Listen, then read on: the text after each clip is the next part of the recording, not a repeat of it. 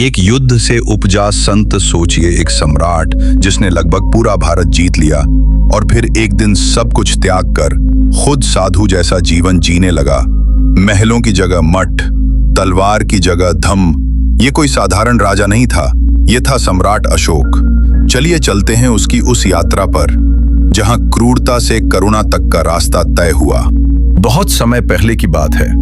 मगध राज्य के सम्राट बिंदुसार के घर एक पुत्र का जन्म हुआ। नाम रखा गया अशोक।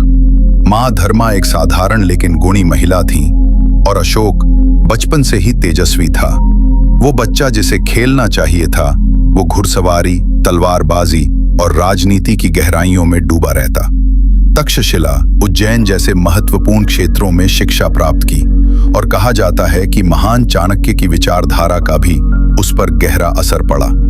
जब सम्राट बिंदुसार वृद्ध हुए तो गद्दी की लड़ाई शुरू हुई। अशोक और उसके भाई सुसीम के बीच संघर्ष छिड़ गया। उसे तक्षशिला भेजा गया जहां एक भयानक बगावत चल रही थी।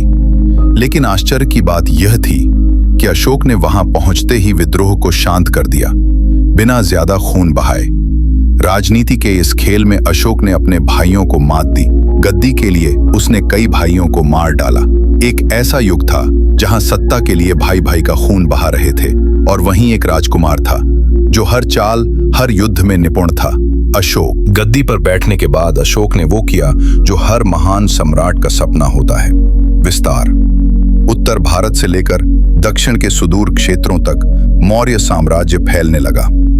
प्रशासनिक सुधार, कर प्रणाली, जासूसी तंत्र, सब कुछ व्यवस्थित और मजबूत किया गया। लेकिन अशोक की निगाहें उस पर थीं जो अब तक मौर्यों की गिरफ्त से बाहर था, कलिंग। कलिंग, जो आज का ओडिशा माना जाता है, एक स्वतंत्र और संपन्न राज्य था। वहां की जनता स्वाभिमानी थी। समुद्र के किनारे बसे इस राज्य का व्यापारिक और सांस्कृतिक प्रभाव दूर दूर तक फैला था। अशोक ने कई बार अधीनता का प्रस्ताव भेजा, लेकिन कलिंग वालों ने हर बार ठुकरा दिया। उनका उत्तर था, हम मरना स्वीकार करते हैं पर गुलामी नहीं। कलिंग युद्ध की शुरुआत हुई। अशोक की विशाल सेना, हाथी, घुड़सवार, धनुषधारी चारों तरफ से कलिंग पर टूट पड़ी। लेकिन कलिंग के योद्धा भी पीछे हटने वाले नहीं थे। उन्होंने अपने घरों की रक्षा के लिए अंतिम सांस तक लड़ाई लड़ी। परिणाम भयावह रहा। 1 लाख लोग मारे गए, 1.5 लाख कैदी बनाए गए, हजारों गांव जलाए गए। अशोक ने युद्ध जीत लिया, पर जब वो युद्ध भूमि में पहुंचा तो वहां कोई जश्न नहीं था, सिर्फ मौत थी। एक छोटी सी बच्ची मां की लाश को हिला रही थी।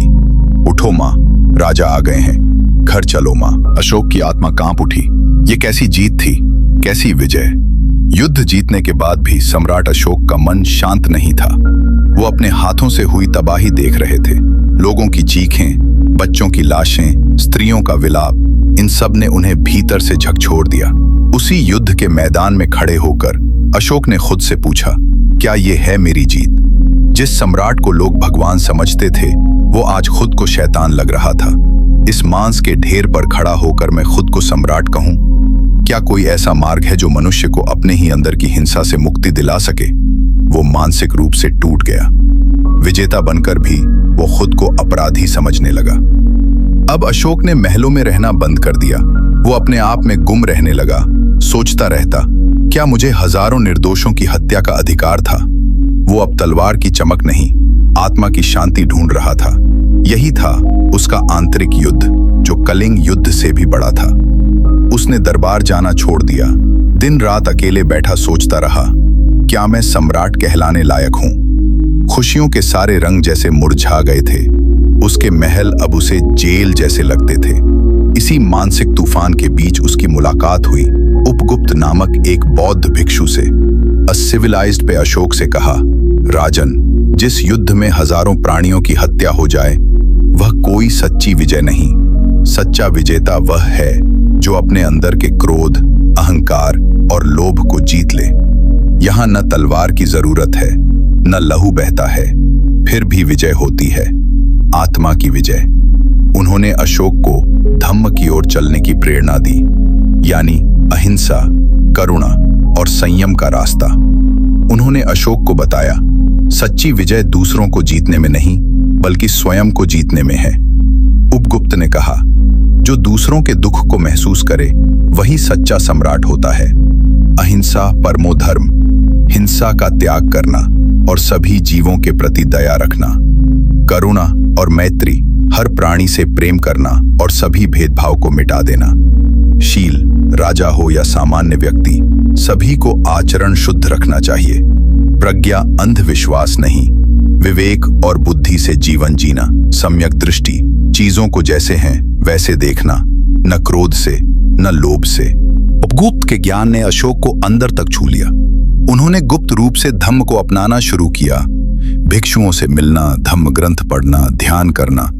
जिसने दूसरों के दुख को महसूस किया वही सच्चा सम्राट होता है। हिंसा से कभी कोई दिल नहीं जीतता।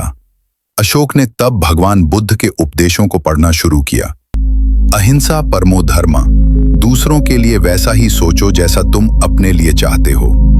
क्रोध घृणा से नहीं, प्रेम से समाप्त होता है। बुद्ध के शब्दों में उसे शांति मिली और वहीं से उसकी आध्यात्मिक यात्रा शुरू हुई।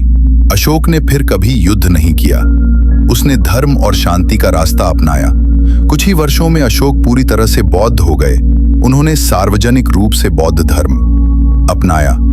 अब वो सम्राट नहीं, एक साधक था। उसने मांसाहार छोड़ दिया, मृत्युदंड समाप्त किया, युद्ध को त्याग दिया, जेलों में सुधार किए, अस्पताल खुलवाए, सड़कों पर वृक्ष लगवाए, सांची, सारनाथ जैसे स्थानों पर स्तूप और विहार बनवाए। अब वो सम्राट नहीं, एक साधक था जिसने तलवार की जगह करुणा को अपनाया। अशोक ने खास अधिकारी नियुक्त किए जिन्हें कहा जाता था धम्म महामात्र। इनका काम था लोगों को सिखाना कि असली धर्म क्या है, सत्य बोलना, करुणा रखना और हर इंसान को बराबरी से देखना। अशोक ने पूरे भारत में 84,000 बौद्ध स्तूप बनवाए। बोध गया, सारनाथ, लुम्बिनी, हर जगह शांति के ये प्रतीक खड़े किए गए जहां लोग बैठें, सोचें और खुद को जाने। अशोक खुद भी बुद्ध के रास्तों पर चले। जहां बुद्ध का जन्म हुआ, ज्ञान मिला, उपदेश दिया और जहां उन्होंने देह छोड़ी, हर जगह उन्होंने स्तंभ बनवाए ताकि आने वाली पीढ़ियां उसे याद रखें। उन्होंने अपने बेटे महेंद्र और बेटी संघमित्रा को श्रीलंका भेजा, जहां उन्होंने बौद्ध धर्म की नींव रखी, और म्यांमार, थाईलैंड, अफगानिस्तान, सीरिया, मिस्र। सम्राट अशोक के कारण आज बौद्ध धर्म पूरी दुनिया में फैला। अशोक ने अपने विचार पत्थरों पर लिखवाए। सच्चाई बोलो, हिंसा मत करो, सभी धर्मों का सम्मान करो। वो खुद को कहते थे देवानाम पियदसी, देवों का प्रिय, सबका शुभ चिंतक। सम्राट अशोक तो चले गए, लेकिन उनकी छाप आज भी है, हर स्तूप, हर पत्थर और हर इंसान की करुणा में। ओबियर्नो के राष्ट्रीय झंडे में जो अशोक चक्र है वो उसी का प्रतीक है। भारत सरकार की कई इमारतों पर बने अशोक स्तंभ आज भी हमें याद दिलाते हैं, सच्चा साम्राज्य खून से नहीं विचारों से बनता है। सम्राट अशोक वो थे जिन्होंने दुनिया जीतने के बाद खुद को जीतना सीखा। अगर अशोक जैसा शक्तिशाली सम्राट बदल सकता है तो शायद हम भी बदल सकते हैं। अगर ये कहानी आपको छू गई तो लाइक जरूर करें और ऐसी ही इतिहास को जीवित करती कहानियों के लिए सब्सक्राइब करें।